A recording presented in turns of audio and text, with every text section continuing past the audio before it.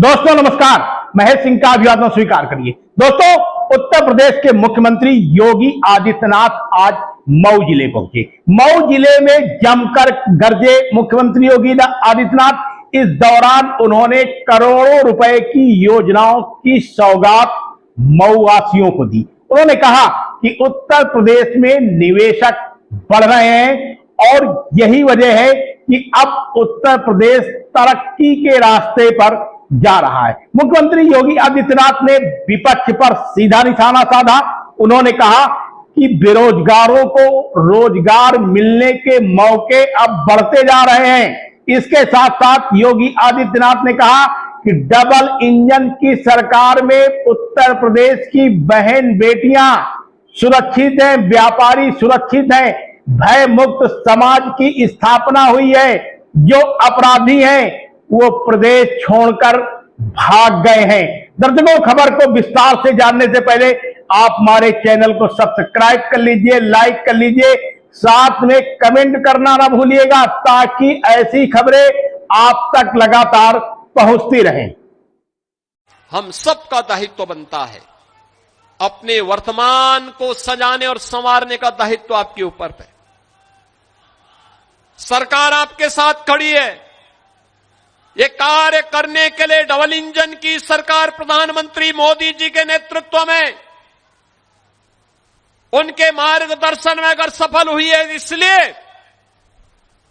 क्योंकि आपने double engine सरकार को जिताने में अपना योगदान दिया है। इसका श्रेय आपको जाता है, इसका श्रेय आपको जाता है। और याद करना, जब किसी देव स्थल का पुनरुद्धार होता है और अयोध्या में राम मंदिर का निर्माण होता है तो इसका पुण्य भी आप ही के खाते में जाता है। आपके खाते में इसलिए जाता है क्योंकि आपका एक वोट 500 वर्षों की गुलामी के कलंक को धो करके अयोध्या में राम मंदिर का निर्माण कर देता है। ये वोट की ताकत है। आपका एक वोट काशी में काशी विश्वनाथ धाम का निर्माण कर देता है। आपका एक वोट बेटी और व्यापारी की सुरक्षा कर देता है। आपका एक वोट माफिया को मिट्टी में मिला करके सदैव के लिए उपद्रव मुक्त, कर्फ्यू मुक्त प्रदेश बनाने में सफल हो जाता है। और इसीलिए आज मैं आपके मऊ में आया हूं। आज मुझे मऊ में, मधुबन में आने का अवसर प्राप्त हुआ है। बहनों और भाइयों, विकास की यात्रा अनवरत आगे बढ़नी चाहिए, अनवरत रूप से आगे बिना रुके आगे बढ़नी चाहिए, बिना थके आगे बढ़नी चाहिए। इसी में वर्तमान का भी, इसी में आने वाले भविष्य का भी हित है। आने वाली पीढ़ी का हित इसी में है। आने वाली पीढ़ी आपको कोसे ना, आने वाली पीढ़ी आप पर किसी प्रकार का प्रश्न न खड़ा करे। इसी के लिए आज हम सब आपके पास आए हैं आपसे कहने के लिए, आपने अच्छा किया, पुण्य के भागीदार बन रहे हैं। अब यूपी के बाहर आप जाएंगे तो कोई आपसे दूरी नहीं बनाता है।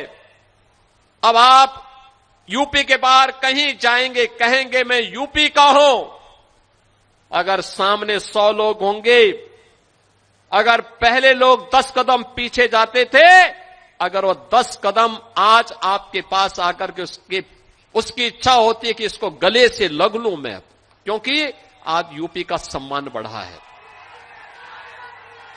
अब यूपी के नौजवानों के सामने पहचान का संकट नहीं है।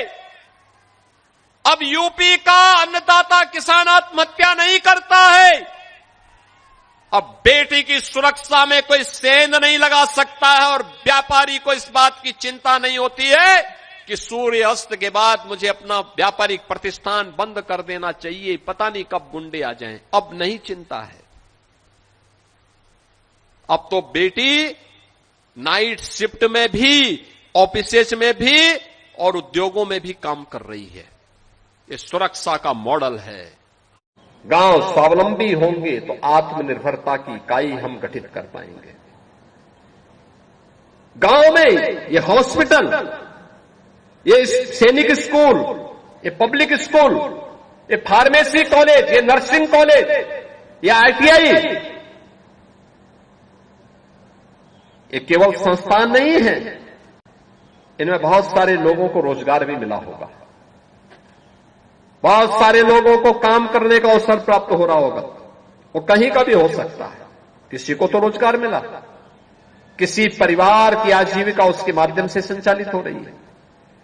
बच्चों को उत्तम शिक्षा मिल रही है, उनको आगे बढ़ने के लिए एक नई प्रेरणा बन रही है। उनके जीवन में जिस मऊ के सामने पहचान का संकट आ खड़ा हुआ था, आज वह मऊ अपनी पहचान इस प्रकार के संस्थान के साथ कर सकता है। यहां की बेटियां, यहां के नौजवान पहचान दिला सकते हैं कि मैं सैनिक संस्थान से निकला हुआ छात्र हूं, वहां से निकला हुआ छात्र हूं, मैंने वहां से फार्मेसी की है, मैंने वहां पर अपना अध्ययन किया है, मैं वहां के हॉस्पिटल में, ग्रामीण हॉस्पिटल में कार्य करता हूं, मैं वहां के नर्सिंग कॉलेज में कार्य करता हूं, मैं वहां के आईटीआई में से मैंने अपना सर्टिफिकेट लिया है। यानी वे सारे कार्य जो जमीनी धरातल पर जुड़े हुए, कॉमन मैन से जुड़े हुए हैं। एम्प्लॉयमेंट भी है, इन्वेस्टमेंट भी है, और साथ साथ ग्रामीण आत्मनिर्भरता के लक्ष्य को आगे बढ़ने के दिशा में एक प्रयास है। और यही तो प्रधानमंत्री जी ने देशवासियों के सामने कहा था, विकसित भारत की संकल्पना। भारत विकसित होगा तब जब प्रदेश विकसित होगा, प्रदेश विकसित होगा तब जब जनपद विकसित होगा, और जनपद विकसित तब होगा जब ताजोपुर जैसे गांव विकसित होंगे, और विकसित होंगे तब जब इस प्रकार के संस्थान और आत्मनिर्भरता के केंद्र खुलेंगे। ये विकसित भारत की उस संकल्पना की एक महत्वपूर्ण कड़ी है, जिस कड़ी को पिछले 1.5 दशक से ब्रिगेडियर पीएन सिंह जी अपने गांव में स्थापित कर रहे हैं, और वह एक स्तुल्य प्रयास अभिनंदनीय है, सराहनीय है, और अन्य लोगों के लिए भी प्रेरणादायी है। आप देख रहे हैं शपथ समाचार।